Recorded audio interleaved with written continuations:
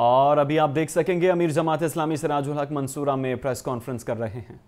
کہ الیکشن کے نتیجے میں مزید پولرائزیشن میں اضافہ ہوا، اس لیے کہ الیکشن شفاف نہیں ہوئے، ماضی کی طرح انجینئرڈ تھے، ماضی سے کوئی سبق نہیں سیکھا گیا نہ لیا گیا، اور ظاہر ہے جب جعلی الیکشن ہو تو جو بھی حکومت بنے گی وہ بھی جعلی ہوگی، اور جعلی حکومت نہ سیاسی استحکام لا سکتی ہے، نہ معاشی استحکام لا سکتی ہے، نہ عوام اور نہ دنیا ان کے فیصلوں کو قبول کرتی ہے۔ بین الاقوامی طور پر شہرت یافتہ جو اخبارات ہے، اس طرح ٹائمز ہے، اکانومسٹ ہے، انہوں نے اس الیکشن اور اس کے نتائج پر شکوک اور شبہات کا اظہار کیا ہے۔ خود یورپی یونین نے تو تقاضا کیا ہے کہ اس کی تحقیقات ہو۔ بہت سارے مغربی ممالک جہاں جمہوریت مستحکم ہے، انہوں نے اس الیکشن پر اپنے اعتراضات اٹھائے ہیں۔ میں سمجھتا ہوں کہ ایک آزاد غیر جانبدار کمیشن قائم کیا جائے جو اس سارے پروسیس کا آڈٹ کر لے، اور خود اب الیکشن کمشنر کی بھی ذمہ داری ہے کہ وہ چونکہ اپنے حلف کے مطابق، آئین کے تقاضوں کے مطابق اپنی قوم کو ایک شفاف الیکشن دینے میں ناکام ہو گئے ہیں، ان کو استعفیٰ دینا چاہیے۔ معزز صحافی حضرات، یہ اعلان ہوا تھا کہ ہم برابری کے سطح پر سب کو مواقع دیں گے، لیکن سب کو یکساں مواقع نہیں دیے گئے۔ جو لیول پلینگ فیلڈ کا وعدہ کیا گیا تھا بالکل نہیں دیا گیا، اور 8 فروری کا جو پورا ایکسرسائز دنیا نے دیکھا ہے، اس میں یہی بات سامنے آئی ہے کہ نظام نے، ریاستی نظام نے، الیکشن کمیشن نے پوری طرح مسلم لیگ کو، پاکستان پیپل پارٹی کو اور MQM کو سپورٹ کیا ہے، فیسیلیٹیٹ کیا ہے، اور یہی وجہ ہے کہ وہ مطمئن ہے، باقی تمام سیاسی جماعتیں اس پر مطمئن نہیں ہیں۔ آپ کو یاد ہوگا عدالت نے وعدہ کیا تھا، بلکہ فیصلہ دیا تھا کہ 8 فروری کو انٹرنیٹ اور موبائل سسٹم بند نہیں ہوگا، لیکن اس فیصلے کے باوجود بند رکھا گیا۔ اعلان یہی کیا گیا تھا کہ ہم 10 بجے تک رزلٹ دیں گے، لیکن 11 بجے آروز نے اعلان کیا ہے کہ ہم اس کے پابند ہی نہیں ہیں، اور بہت سارے حلقے ایسے ہیں جن کے نتائج اب تک نہیں آئے ہیں۔ معزز صحافی حضرات، میں سمجھتا ہوں کہ یہ عوام کے ساتھ زیادتی ہے، اور یہ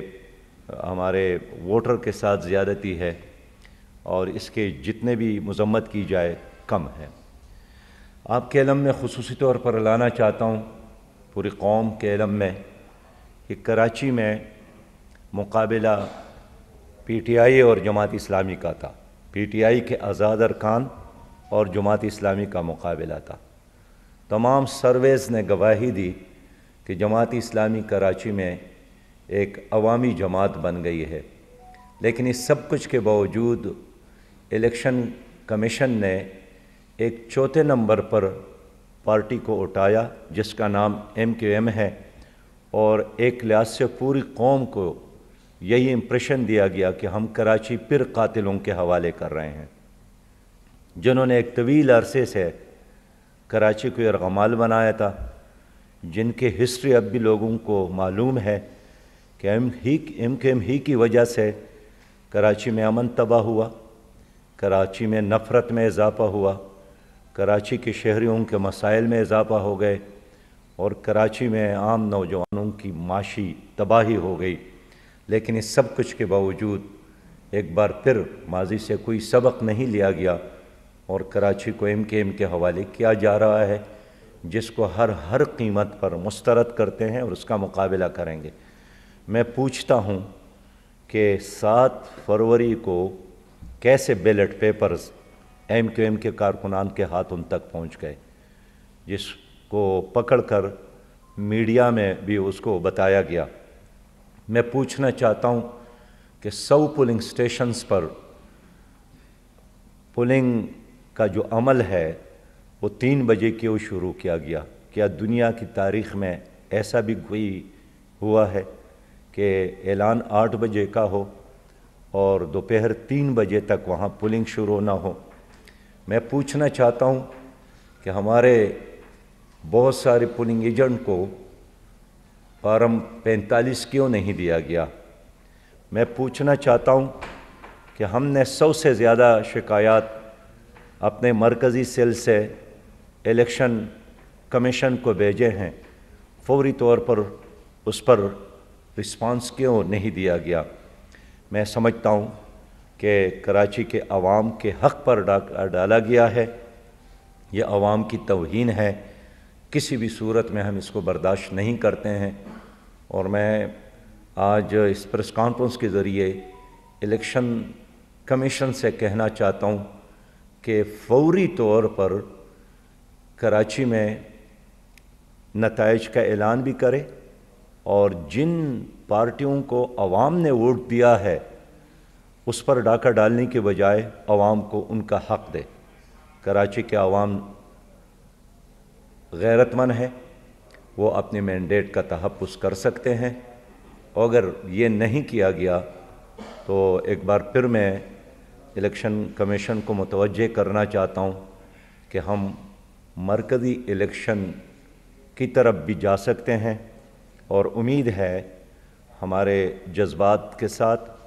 عوام کی جذبات کے ساتھ الیکشن کمیشن نہیں کھیلے گی اور عوام کو اس کا حق ضرور ملے گا۔ جماعت اسلامی بالکل اس پر خاموش نہیں ہے۔ کل 9 فروری تھا، ہم نے انتظار کیا، اور